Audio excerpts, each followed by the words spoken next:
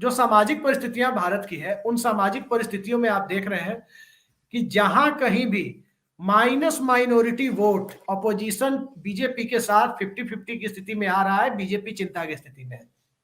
चाहे हरियाणा हो, हरियाणा में पिछले चुनाव में देखा गया, कई लोग कहते हैं कि 2 महीने पहले अगर हुड्डा साहब को कमान मिल जाती तो हरियाणा का चुनाव दूसरा होता। राजस्थान में भी आप देखें, मध्य प्रदेश में भी पिछली बार यही हुआ था कि बीजेपी वोट ज्यादा लाई, सीट कम हो गई। छत्तीसगढ़ में आपने देखा कि बहुत कम ऐसे सर्वे एजेंसी थे जो कह रहे थे, कोई कह ही नहीं रहा था कि छत्तीसगढ़ में सत्ता परिवर्तन होगा। सत्ता परिवर्तन ऐसा हुआ कि 2/3 मेजोरिटी कांग्रेस को आ गई।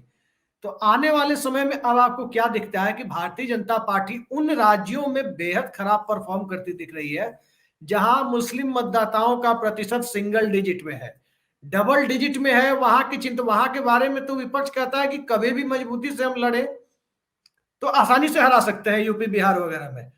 कभी भी अगर स्ट्रेटजी ढंग से बन जाए, कैंडिडेट पे ढंग से काम हो जाए और अपर कास्ट में पेनिट्रेशन हो जाए कैंडिडेट के माध्यम से, तो कभी भी बीजेपी को हरा सकते हैं। ये अपोजिशन के लोगों से निजी बातचीत में उन्होंने से कहते हैं। लेकिन जहां मुस्लिम मतदाता सिंगल डिजिट में है, वहां भारतीय जनता पार्टी छत्तीसगढ़, मध्य प्रदेश, हरियाणा, राजस्थान, ये हो क्या रहा है आखिर कि बीजेपी इतनी कमजोर होती जा रही है। यहाँ पे वो 163 विधानसभा सीट जीतने वाली वो ताकत कहां चली गई राजस्थान में?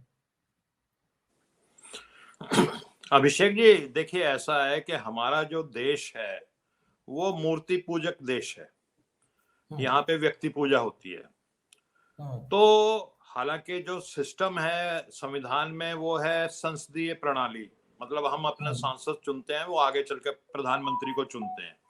लेकिन प्रैक्टिकली इस देश में जो भारत का आम नागरिक है वो सीधा सीधा या तो मुख्यमंत्री के लिए वोट देता है या प्रधानमंत्री के लिए वोट देता है। तो विधानसभा और लोकसभा के जो चुनाव हैं वो दोनों अलग अलग होते हैं। जैसे दिल्ली का ही उदाहरण लीजिए, आप दिल्ली में रहते हैं।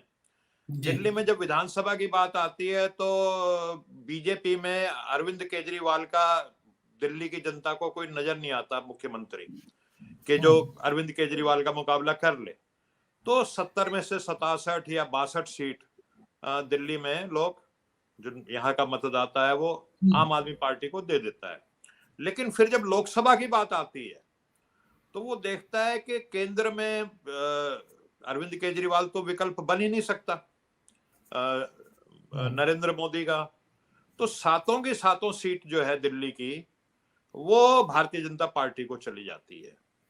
तो मुझे जो लगता है, जो एक सबसे बड़ी चीज है, देखिए 2019 में भी कोई नरेंद्र मोदी की स्थिति बहुत अच्छी नहीं थी। वो क्या हुआ, लोग पुलवामा, बालकोट और इन सब चीजों को बहुत ज्यादा महत्व देते हैं।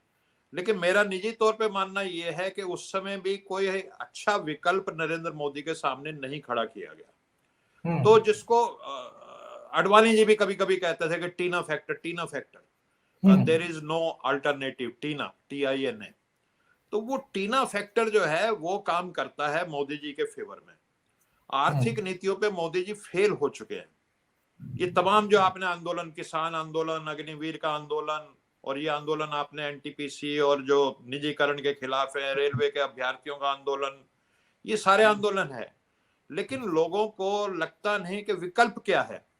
और जब तक आप सामने, जिसको कहते हैं ना मूर्त विकल्प, एक कंक्रीट चीज नहीं सामने पेश करेंगे, तब तक मोदी जी, मैं एग्री करता हूं सतीश जी से कि एडवांटेज बीजेपी है। और उसका मुख्य कारण सिर्फ ये है कि आपने कोई विकल्प सामने एक पेश नहीं किया। अच्छा, मेरी निजी राय जो है वो ये है कि जैसे 1977 तक लगातार कांग्रेस का दौर चलता रहा और कांग्रेस को कोई हिला नहीं सकता था, सोच भी नहीं सकते थे हम लोग कि कांग्रेस का कभी राज खत्म होगा। लेकिन जेपी, जो जयप्रकाश, अनिल जैन जी, मैं आपको एक चीज याद दिला दूं, सतीश सर को पता ही होगा, 67 के चुनाव में लोकसभा, उस समय तक लोकसभा विधानसभा एक साथ होता था, 67 तक।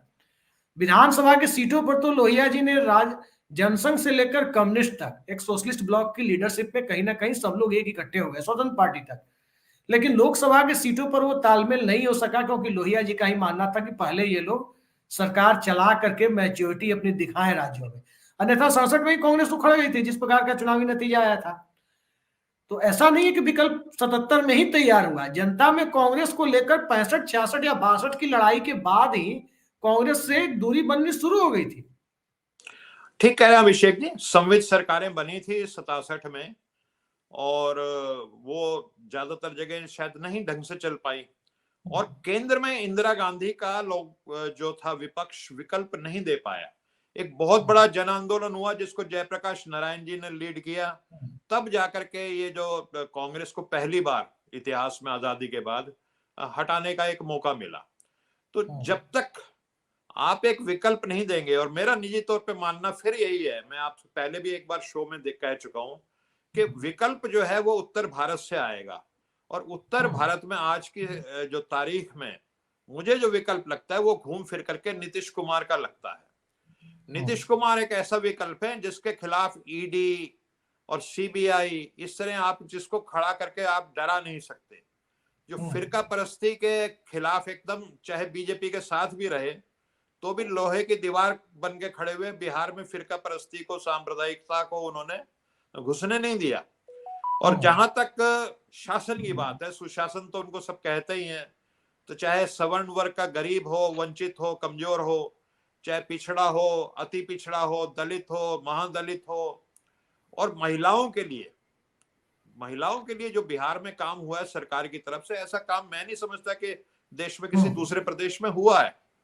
तो एक विकल्प पेश करना पड़ेगा, और निजी स्वार्थ जब तक विपक्ष के जो पॉलिटिकल पार्टीज के नेता हैं वो नहीं छोड़ेंगे, और एक विकल्प पे सब एग्री नहीं होंगे। ममता बनर्जी कहेगी कि मैं बनूंगी, टीआरएस साहब जो है वो तेलंगाना के हैं, वो कहेंगे जी मैं ही प्रधानमंत्री कहूंगा, अगर शरद पवार साहब कहेंगे मैं ही प्रधान, तो आप लिख लीजिए कि मोदी जी दोबारा से जीत के आएंगे, चाहे कुछ भी हो जाए, चाहे आर्थिक मोर्चे पे कितनी इनका फेलियर हो जाए, बेरोजगारी चाहे पिछले 50-45 वर्ष की अधिकतम स्तर पे पहुंच जाए, विदेश नीति पे जो चीन के खिलाफ आजकल चल रहा है उस पे कितना ही बड़ा फेलियर हो जाए, जब तक एक ठोस विकल्प नहीं होगा तब तक मोदी जी को नहीं हरा सकते। और उसमें मतलब मैं नहीं कहता कि 100% पॉलिटिकल पार्टीज एक विकल्प को मानने लगे, 60-70% भी पॉलिटिकल पार्टीज मान लेते हैं तो जनता को लगने लगता है कि हाँ ये एक व्यक्ति है, एक विकल्प है, तभी सोचेंगे।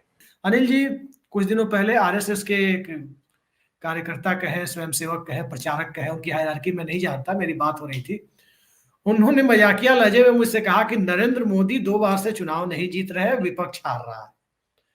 इन्हीं सब चीजों पे चर्चा हो रही थी। फिर मैंने पूछा क्यों?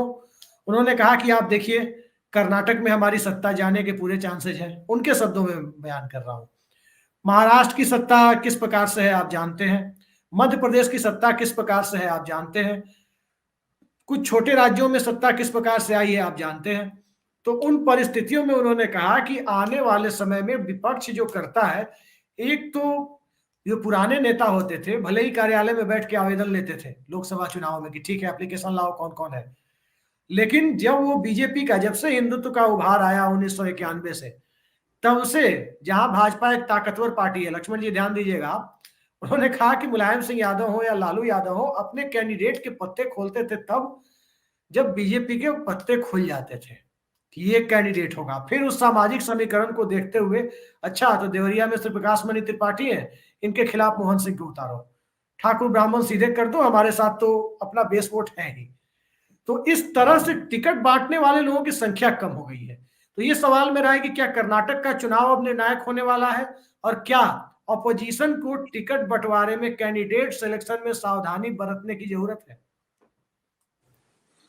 नहीं अभिषेक जी, देखिए मैं इस चीज को तो मानता हूं कि कैंडिडेट्स का अपना एक महत्व होता है, लेकिन कुल मिलाकर के आप देखें ना, हवा चलती है, आंधी चलती है, या कह देते हैं कि वो आ गया, टोर्नेडो आ गया, सुनामी आ गई, तो कुल मिलाकर के जो लक्ष्मण जी बात कह रहे हैं कि देखिए आदर्श बात तो वही है कि हम नीतियों पे चुनाव लड़ें, कि किस तरह की नीतियां, आर्थिक नीतियां हो, किस तरह की सामाजिक नीतियां हो, किस तरह की विदेश नीति हो, लेकिन जो व्यवहारिक बात है, जो असल में होता है, क्या होता है सर, मैं एक छोटी सी घटना आपको याद दिला दूं, मैं बता दूं, मैं 19 के लोकसभा चुनाव में बिहार में था, लक्ष्मण जी ध्यान दीजिएगा, राहुल गांधी ने कहा कि मनरेगा को 100 दिनों से बढ़ाकर 180 दिनों तक किया जाएगा। मेरे इलाके के एक दबंग यादव जी मुझे मिले, वो कह रहे थे कि अरे भाई इन्हें तो मैं वोट ही नहीं दूंगा। मैंने पूछा क्यों? तो आजकल तो जब से जननायक वगैरह जनरल बोगी वाली ट्रेनें चली है, सब भाग जा रहे हैं दिल्ली पंजाब काम करने हैं। ऊपर से 100 दिन का नरेगा मिल रहा है। अगर इन्हें 180 दिन 6 महीने मिलेगा तब तो हमारे खेत परती रह जाएंगे। तो ये जो एक सामाजिक विमर्श का स्तर बदला है ना, ये भारतीय जनता पार्टी को कहीं फायदा पहुंचा रहा है, क्योंकि नीतियों के स्तर पर ऊपर से जो नीतियां बनती है, वो नीतियां आप लागू करें सत्ता में आने के बाद वो अलग बात है, लेकिन नीतियां जो चुनाव में आप घोषित करते हैं वो इस ढंग से होना चाहिए जो तात्कालिक लाभ पर ज्यादा फोकस करे। मैं ये कह रहा हूं, चुनावी लाभ पर ज्यादा फोकस करे। वो कर पाने में भारतीय जनता पार्टी सबकी उस्ताद है। तभी राज्यों में वो नहीं हार वो जाती है, अभिषेक लेकिन लोकसभा में पूरी सीटें ले लेती है।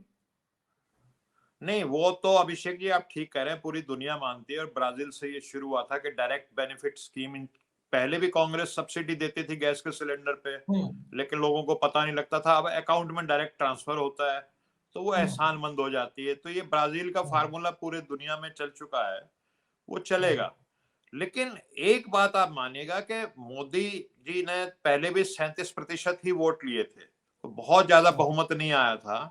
और आज भी जिस तरह से गुजरात जीतने के लिए उन्होंने ताकत लगाई है, 55 रैली की है, 182 विधानसभा की सीटें, वहां 50-50 किलोमीटर के रोड शो किए हैं। और अगर आप नीतियों में देखेंगे ना, तो जैसे कई लोग कहते हैं कि he is prime minister of Gujarat, जैसे बुलेट ट्रेन चलेगी गुजरात में चलेगी। वेदांता का इतना बड़ा जो प्रोजेक्ट महाराष्ट्र में एस्टेब्लिश होने जा रहा था सेमीकंडक्टर मैन्युफैक्चरिंग का, उसको गुजरात चुनाव से पहले गुजरात में शिफ्ट कर दिया गया। तो इस तरह की चीजें हैं। अब आप, लेकिन आप विपक्ष के जो नेता हैं उन इन चीजों को मुद्दा नहीं बना पाते, हालांकि महाराष्ट्र के लोग तो बना रहे हैं। उत्तर प्रदेश और बिहार है, झारखंड है, मोदी जी को पूरा समर्थन देता है। कितना औद्योगिकरण मोदी जी कर रहे हैं, कितने उद्योगपति जो हैं उत्तर प्रदेश और बिहार के जो हैं वो कहीं अंबानी अदानी के 10% के स्तर तक भी पहुंच पाए हैं। कितना आप सुनते हैं कि जी नीरव मोदी 10,000 करोड़ लोन लेके भाग गया, मेहुल चौकसी लोन लेके भाग गया 20,000 करोड़। लेकिन कितने नीरव यूपी बिहार मोदी के लोग पैसे लोन लेकर लेके भाग भागे, रहे उनको हैं मिलता ही नहीं सर। है। नीरव मोदी पैसे लेकर भाग रहे हैं बैंक के। नरेंद्र मोदी डिमोनेटाइजेशन कर रहे हैं, नोटबंदी कर रहे हैं, और सुशील मोदी कह रहे हैं फिर कि 2000 के नोट बंद कर दो। तो ये सारे मोदी, ललित मोदी उधर भारत की एजेंसियां नहीं पकड़ पा रही है, सुष्मिता सेन उन्हें पकड़ ले रही है। तो ये सारे मोदी जो आपको दिख रहे हैं, आपको क्या लग रहा है? सबकी भाषा, सबकी नहीं सबका मोडस ऑपरेंडी अलग अलग दिख नहीं रहा नहीं, है। ये फेलियर ऑफ अपोजिशन है कि इन चीजों को मुद्दा नहीं। आप देखिए ना, रीजनल इनइक्वालिटी कितनी बढ़ रही है। आप तमाम जो है लोन गुजरात के उद्योगपतियों को देंगे, तमाम बुलेट ट्रेन आप गुजरात में लेकर के आएंगे। उत्तर प्रदेश बिहार के लोग प्रश्न ही नहीं उठा रहे, या विपक्ष के लोग जो लीडर हैं वो इस चीज को बना ही नहीं रहे मुद्दा। और सतीश जी ने बहुत अच्छी बात कही कि 3-4-5 मुद्दे लेकर के, पहले क्या होता था जब हम नौजवान थे, 70s की बात बता रहा हूं, तो विपक्षी पार्टियां कम से कम मुद्दों पे एक होकर के जन आंदोलन करती थी। अब ठीक है, आप प्रधानमंत्री एक को मत मानिए, आप कोई गठजोड़ भी मत बनाइए, लेकिन बेरोजगारी का मुद्दा है, जो आर्थिक विषमता है, 1% लोगों के पास 57% दौलत पहुंच चुकी है, 80 करोड़ लोग अन्न के लिए मोहताज हो रहे हैं। आप इन मुद्दों पे तो एक होकर लड़ लिए, आप जन आंदोलन करते ही नहीं एक होकर के। जो बेरोजगारी का मुद्दा है और जो लोगों को परेशान कर रहा है, तो लोग क्या करें? लोगों को आप में विकल्प नहीं नजर आएगा जब तक आप उनके लिए लड़ेंगे नहीं। नेता कौन बनता है? जो आपके लिए लड़ेगा, उसी को आप अपना नेता मानेंगे ना। मैं तो अपनी लड़ाई लड़ नहीं सकता, मैं तो अपने घर गृहस्थी में फंसा हुआ हूँ। मेरे लिए जो लड़ रहा होगा, मेरे अधिकारों के लिए लड़ रहा होगा, मैं उसको अपना नेता मानूंगा। तो आप लड़ ही नहीं रहे, आप लड़ते हुए नजर नहीं आ रहे। सिर्फ ट्विटर पे या एक प्रेस कॉन्फ्रेंस करने से बात नहीं बनती है। और ठीक है, राहुल जी अपनी भारत जोड़ो यात्रा कर रहे हैं, अच्छी बात है, लेकिन वो कुछ बहुत ज्यादा नहीं है। वो एक इमेज मेकओवर, जो उनकी पप्पू वाली इमेज है, उसको खत्म करने का ही काम हो रहा है, इससे ज्यादा उसमें कुछ नहीं होने वाला। तो एक जनता के लिए लड़ना पड़ेगा, जिस चीज से जनता परेशान है, कष्ट में है। जब तक वही विपक्ष की भूमिका होती है। जब तक आप लोहिया जी लड़ते थे, लोहिया जी कहते थे अगर सड़कें सुनसान हो जाएंगी तो संसद आवारा हो जाएगी। तो आज ये सरकार आवारा हो रही है, तो उसमें क्या गलत है कि विपक्षी पार्टी लड़ ही नहीं रही? तो मुद्दों को लेकर के आपसी सहमति बना करके मिलकर कम से कम लड़ाई लड़िए, और हो सके तो एक नेता को प्रोजेक्ट कीजिए, तो फिर कोई बड़ी बात नहीं रहेगी। मोदी जी को डिस्प्लेस करना कोई मोदी मैजिक नहीं है, कुछ नहीं, सब नकली है। आप देखिए ना, हिमाचल प्रदेश में एक वो कौन थे, कृपाल परमार साहब, मोदी जी का आता जी हम आपको एडजस्ट कर लेंगे, आप बैठ जाइए। बोला जी आप देरी कर दिया आपने, तो 2 दिन पहले कर दे तो मैं मान जाता आपकी बात।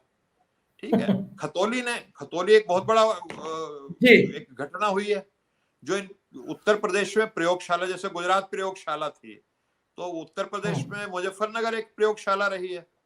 उसमें एक चुनाव जीतना विपक्ष का छोटी बात नहीं, जनता चुनाव जिताना चाहती विपक्ष को, लेकिन विपक्ष के नेता अगर नहीं चाहते और वो नहीं ठीक से उस पर चलेंगे तो वो फिर अलग बात है, मोदी जी फिर आएंगे और 2024 के बाद स्थितियां बहुत बिगड़ जाएंगी, फिर बहुत मुश्किल हो जाएगा किसी विपक्षी पार्टी के लिए।